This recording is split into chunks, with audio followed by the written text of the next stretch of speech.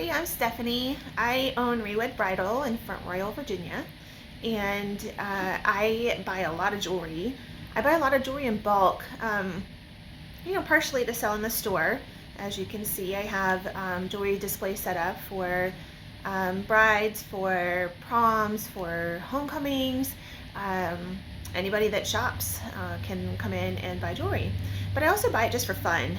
Not all of it I sell here in the store. Some of it I like to sell online. I sell on eBay, I sell on Poshmark, I sell on Mercari.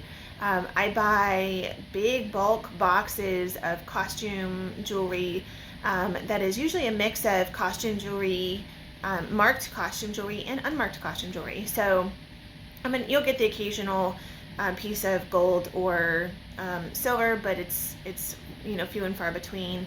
They are tend to be picked over before they're sent out, but it's still fun to go through, and you'll find some vintage pieces in there that are really neat to look at. Things like Avon and Napier and Coro and Sarah Coventry and all of the fun things that are great for resale online. So one of the recent things that I've discovered is an online platform called Whatnot. It's an auction site that started in I think 2020 when COVID hit. It was a platform that people used to sell memorabilia, so things like Funko Pops and Pokemon cards and trading cards and I don't even know, comic books and other things. But more recently, people are selling clothing and jewelry. So I decided to give it a try, see what happens. My first try, I did one auction so far, or two auctions so far. The first one, I actually did this whole box of rings right here. There are 600 rings in that case of, it's 10 drawers, 600 rings.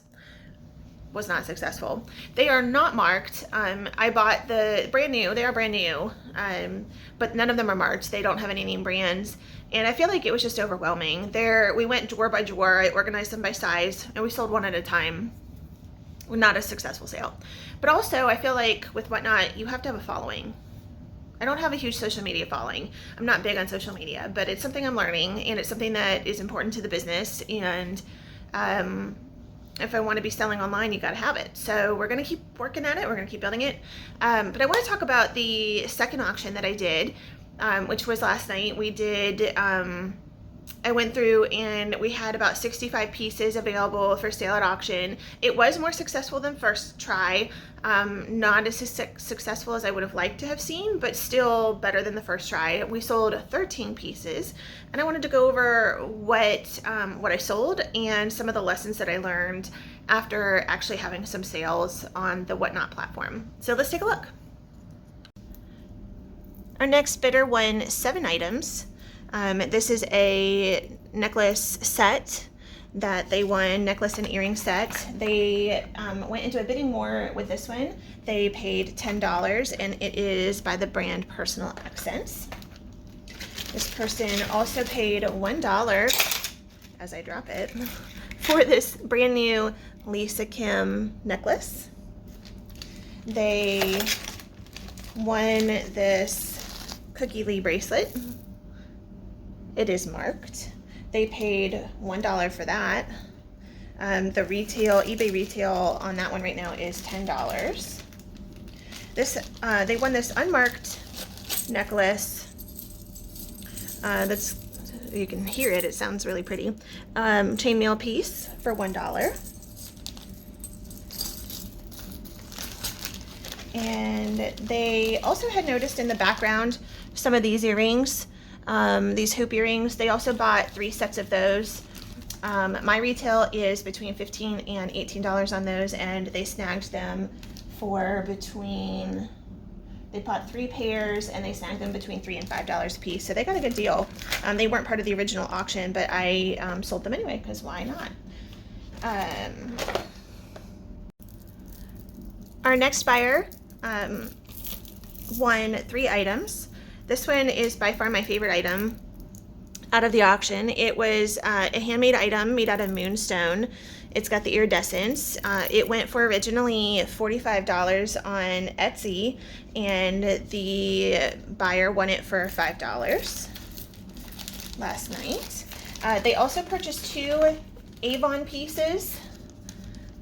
They bought this green one right here. Oops, if I can show it to you. That one is going for $13 on eBay right now. And they also bought this red piece. It's an Avon as well.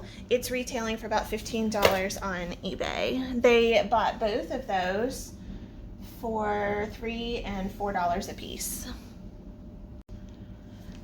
Our next 2 items were just individual one-off pieces. This is an unmarked, it's a chain necklace that actually has the chain tied into a bow at the bottom. This one they bought for $1.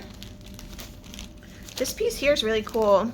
Again, it was also purchased for just $1. It's gold tone. It's got some pinks and purples and reds in it. Unmarked. And this piece did have a winner. However, the winner who bid on it was not properly registered in the system, and their payment did not go through. So this is what they had bid on and won, but it's back on the market again. So that is something that I'm not sure how to handle, but we'll learn in the future.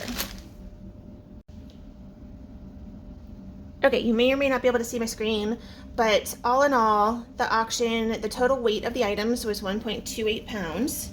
I paid, when I bought the items, a total of $5.99 per pound, which means that for the items that sold, I paid 21 cents for the per pound, or I guess in total for those items. The total estimated retail value of all of the items that sold was $169. That's if I could have sold them maybe on eBay or Mercari or Poshmark, all on their own. But that's, that takes a lot of time to do that. The total value of the items that did sell was $40. The customers pay shipping, but I put a shipping cost in here for myself because that includes the cost of the labels and the envelopes, and the little baggies that we package everything up into. So my total profit for the 2 hours of work last night was $32.36. Is it worth it? Probably not, because that doesn't account for my labor or the amount of time I spent photographing the items and organizing the items, though the amount of time I spent doing that will lessen as I get more and more experienced. So it was still fun. I had a lot of fun in, doing the auction. I think I would continue to try it again as, the more I go, the more successful I get. So what have I learned? There's a lot of prep work involved. You have to photograph everything. In Whatnot, they don't require you to photograph everything. From what I understand, you can just list your items. You can list, jewelry item number 1 through 100, and not list any photos. However, from what research I did, it is highly recommended, and Whatnot also recommends that you list photos of your items. Last night, I discovered that people can pre-bid on your items, and that means that they go in and they look at your list of items ahead of time, and they put like what's called a pre-bid, and that means that they are interested in the item. And so when you go to run that item, I think they can put the max amount that they would like to spend. It's kind of like a proxy bid. So that's good to know, and they won't be able to do that if you don't put photos. I mean, I guess they could, but who would want to? So that's important to know, and I think that makes it definitely worth your time, at least putting one decent photo online of the items that you're trying to sell. But that's time consuming. It takes hours to do that for the number of items that you're selling. The other really important thing that I learned is, especially with the small number of people that I had in my auctions, I think both times I had requests, and you definitely want to take the requests because you have so many items, and if you only have half a dozen or a dozen people in your auction, because you're first starting out, you want to be able to sell the items that those people are interested in buying. You want those sales. So you're going to skip out of order of the list that the items are entered into, and then getting back in order is impossible. So what I had done originally was I numbered all the bags in order. Like, I put numbers 1 through 65 on my bags, but I didn't put 1 through 65 in the actual listing title. And so I thought that it was just going to automatically stay in order. But as I went out of order, it reordered it, I guess, alphabetically. I'm not really sure how they ordered it. But anyway, it didn't stay in order.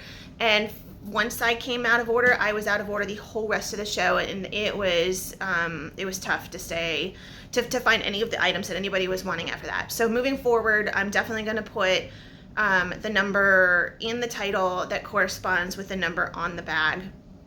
And then that way, if we get out of order, all I have to do is type in the number, and I can find the item, or vice versa. If I know the number on the screen, I can go into the bucket and find the item.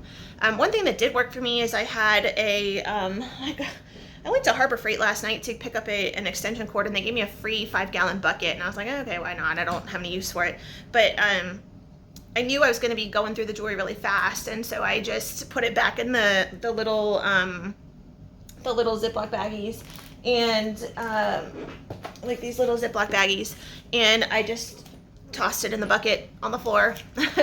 And so they're in there. They'll get cleaned up and organized for the next auction, but it was just kind of a quick way to get them out of my way. And then I had a separate bucket off to the side, several of them lined up on the floor next to it, where I could put the items that did sell. I kept a Sharpie marker, and I just wrote the name of the person that purchased the item, so that it might be better, for me to find them later. And so next step is for me to ship them, and I haven't done that yet, so I will let you know if I have any advice or things that I've learned there. But money-wise, I definitely am still in the hole as far as my time goes, but I'm gonna keep doing it. I've got barely anything invested into it. I have the time to do it, and I really am enjoying doing it, so it's worth it for me to give it a try. So I'm gonna keep trying it. I'm gonna every time I've done the auction, this is my second one. When I first went into it, my first day I had 0 followers. After my first auction, I had 2 followers. By the time I logged in for my second auction, I had 8 followers. By the end of my second auction, I had 17 followers. I have another auction scheduled tonight, so we'll see how the growth continues. I'm hoping that, over the next couple weeks, that it does continue to grow, and maybe they will be more and more successful as we get more followers. It's one of those things where I think you have to bring in your own set of following. I did know that going into it based on my research. And I don't have a huge social media following, so that was going to be tough. You're kind of battling against that. But I think if you have items that people are looking for, that doesn't necessarily need to matter, and it's fun, so why not try it? I hope that you enjoy your process if you were thinking about doing it. If you have any questions, feel free to reach out. Thanks.